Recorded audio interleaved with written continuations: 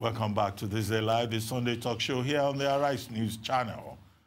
Joining us now in the program as a panelist is Mr. EMEKA EZEZE, former managing director of the Guardian newspapers, Nigeria. He's here to discuss security matters and other issues. You're welcome. Thank you very much. Thank you very much for joining us. Thanks. Now, it looks like we have a full house. Now, let's talk about Boko Haram. Boko Haram jihadists have killed close to 100 soldiers and farmers in 3 days of attacks in the northeastern part of Nigeria, security sources said, in a new show of force ahead of the February elections in Nigeria.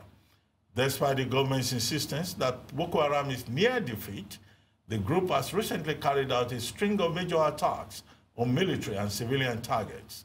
President Muhammadu Buhari, seeking re-election in February, faces widespread criticism over his security record as soldiers based in the Northeast regularly complain of fatigue and insufficient supplies of food and arms. This latest terrorist attack has once again raised fears about the safety of civilians during the forthcoming elections, particularly in the Northeast. A reminder of the same situation which played out in the build-up to the last general election in 2015. Right. Well, let me start with MD, as I call him. Now, what exactly is happening? This government told us that Boko Haram had been technically defeated, but we seem to see that, the problem just seems to get worse. You have soldiers being killed, 100 soldiers, in 2 locations within 2 days. And the Nigerian government is helpless. Even the presidency has been so silent on the matter. I think 2 tragedies have befallen us with regards to this. The first is that there is no debate whatsoever on how the war against Boko Haram is being prosecuted. You can't go through this sort of exercise without very rigorous debate. And the second tragedy is that either the government or the military or both are pretending that it's going well, whereas it's not going well. So really, I think that we should begin to interrogate the way it is, this war against Boko Haram is being prosecuted. Who is actually doing what? Doing all of this? Let me tell you that there is no serious discussion when people even raise it at all as to what is going on. What is going on is simply this. We're not fighting Boko Haram alone.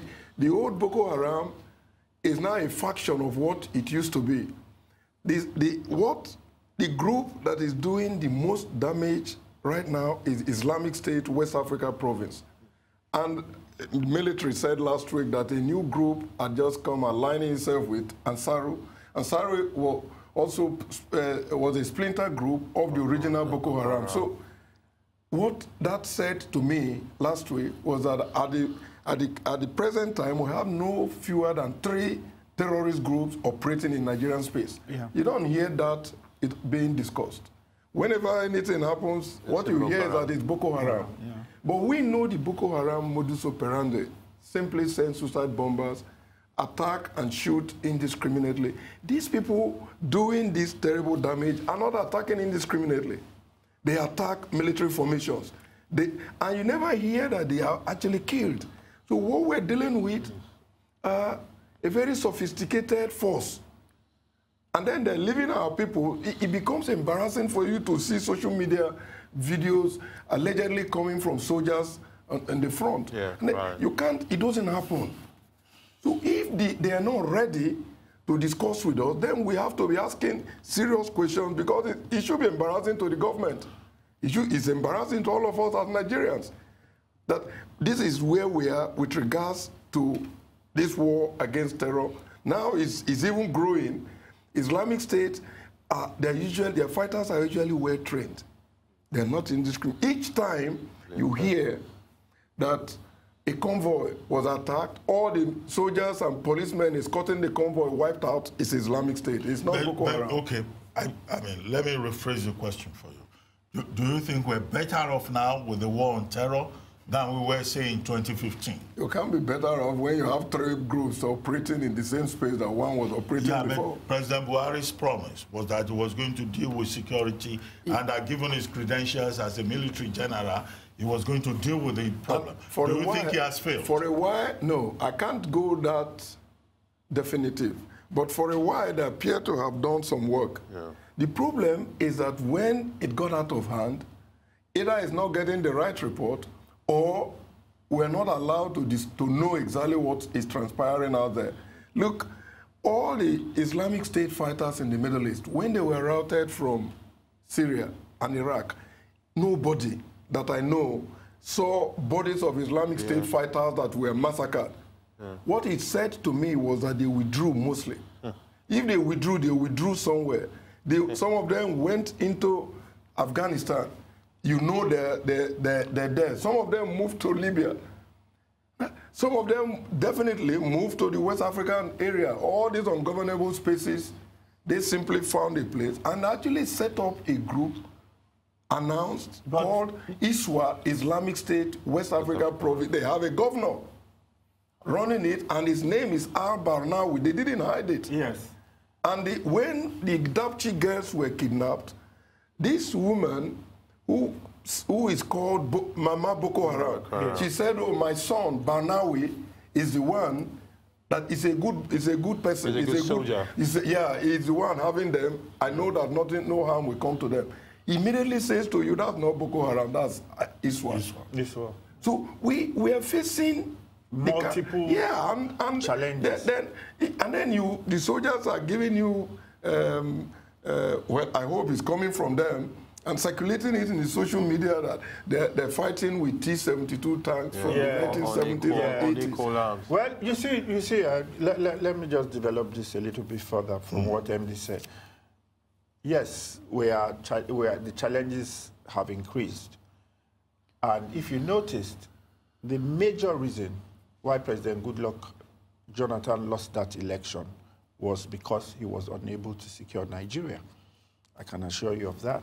Well, I mean, this is not a partisan issue. No, it's not. I'm not being partisan. I told you that time without number. Once I sit on this chair, I can't even be partisan. Okay. I try to look at things as objectively as my mind can see it. And we are going down that same road again.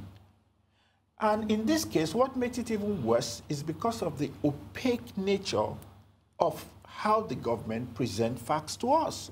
Even from the whole security architecture of the country, how it is being run, to a situation where we've gone back to 2015 and started hearing from the soldiers themselves, like you said, in social media, that they are not being adequately funded. This is the same problem that's why Dasuki is where he is. So that takes you to say that he's not doing well. You know, so, and then the challenges are more. So we must change tactics. Okay, so what's the way forward, Anthony KILA? I think the way forward is to take cognizance of the new situation, to either agree or totally disprove the point MD is making, to go and study that. Look, what exactly are we dealing with? Whatever we have done so far, if it's good, it's not good enough. At worst, it's not even good at all. If it's good, whatever we've done so far, if it's good, it's not good enough. So we need to look at reality and then say, do we change totally or do we reform what we're doing? We need to know who's doing what, and we need to know what strategies they're using. I have read some security reports that have said that the way forward is to work to do inter-regional collaboration and to deal with it. Yes. But whatever is needed needs to be done. And maybe we need to review it. But, and here I agree with TK, though, that the government needs to come at one point to say, they're Nigerians, we have discovered that we're now dealing with a multi-headed organization, or we're dealing with more organizations. This is the situation, and this is what we're going to do. But we need to take it serious. It's very sad. I mean, and even these Boko-Haram people, or whatever they are, they should stop killing people anyway, because really, they should find somebody that will speak sense to them and say, what is it they want? There's no sense to be because really, the administration might be competent, set of people. But in reality, it's not that they benefit from killing Nigerians. It's not something that is good for the administration. So, in fairness to them, when it was Jonathan there, it is not partisan. It was being said that it was people who were against Jonathan that was killing. Now, he's not there. These people continue killing. So they're just murderers. And when you stop calling them terrorists, they're criminals and we need a government that can go after them. Well, MD, let me come back to you. I mean, sure. you will probably close this conversation. Yeah, this talk about inter-regional cooperation is been in place. There are committees on terrorism, on combating terrorism. There are committees on the proliferation of small arms and weapons. There are regular meetings between the national security advisors of the various countries within Africa. ECOWAS has protocols on terrorism, on human rights, and all of that.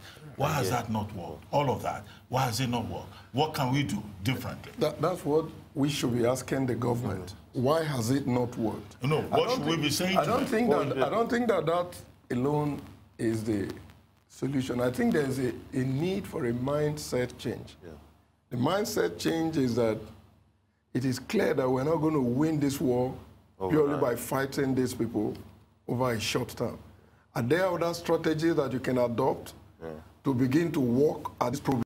You must not rule out anything and you must not rule in anything. If we are going to make progress tackling terrorism, and terrorism, Anthony, is in most respects worse than ordinary criminality. Yes. Sorry. And these fellows actually have an agenda. Yeah. And the agenda is to supplant the Nigerian state. So it is, if they are operating the way they are operating, we need to begin to re-examine our strategies. Yes. Our strategies are, we don't expect that the military will put the strategy for everybody to see. Yeah. That's right. But we think that honestly there is a need to reassess what is going on there. And we also need a lot more oversight. And it's half-heartedly being done by the National Assembly, but they could do much more than that. I mean, they could summon the security chiefs to closed-door hearings and meetings, and unattributable to the public. We may know what happened there, but we know who said what. Just that's the way it is done elsewhere. We're not the first people to fight terrorism. This thing is already happening elsewhere, and the people are dealing with it. Why can't we deal with our own more openly and more frontally? Yeah. I think that we should begin to re-examine our strategies. It needs to be changed. I think that there is need for personnel changes also. And I think personnel changes is critical. Because the way you are running this now is not working, and keeping the people there doing it is not going to make any difference. And I also think that the government has to be sure that it is equipping the military as it should. A situation where you allow the military to procure weapons on their own, as happened in the past, I hope it's not happening now, is dangerous, because no weapons may be procured, or the wrong weapons may be procured, and the soldiers on the front will continue to suffer. I'm sorry for saying criminal before. What I mean is the enemies. Yeah, we should declare them enemy of the state. Oh, yeah, they are. It should be said that the country is at war, and these are our enemies. Yeah, that's... Well, we've got to go. Thank you very much, gentlemen, for another brilliant edition of This Day Live. Thank you for having us. You've been watching This Day Live, the Sunday talk show here on Arise News. I'm Ruben Abati. From my entire team here in Lagos, it's bye for now, and thank you for watching.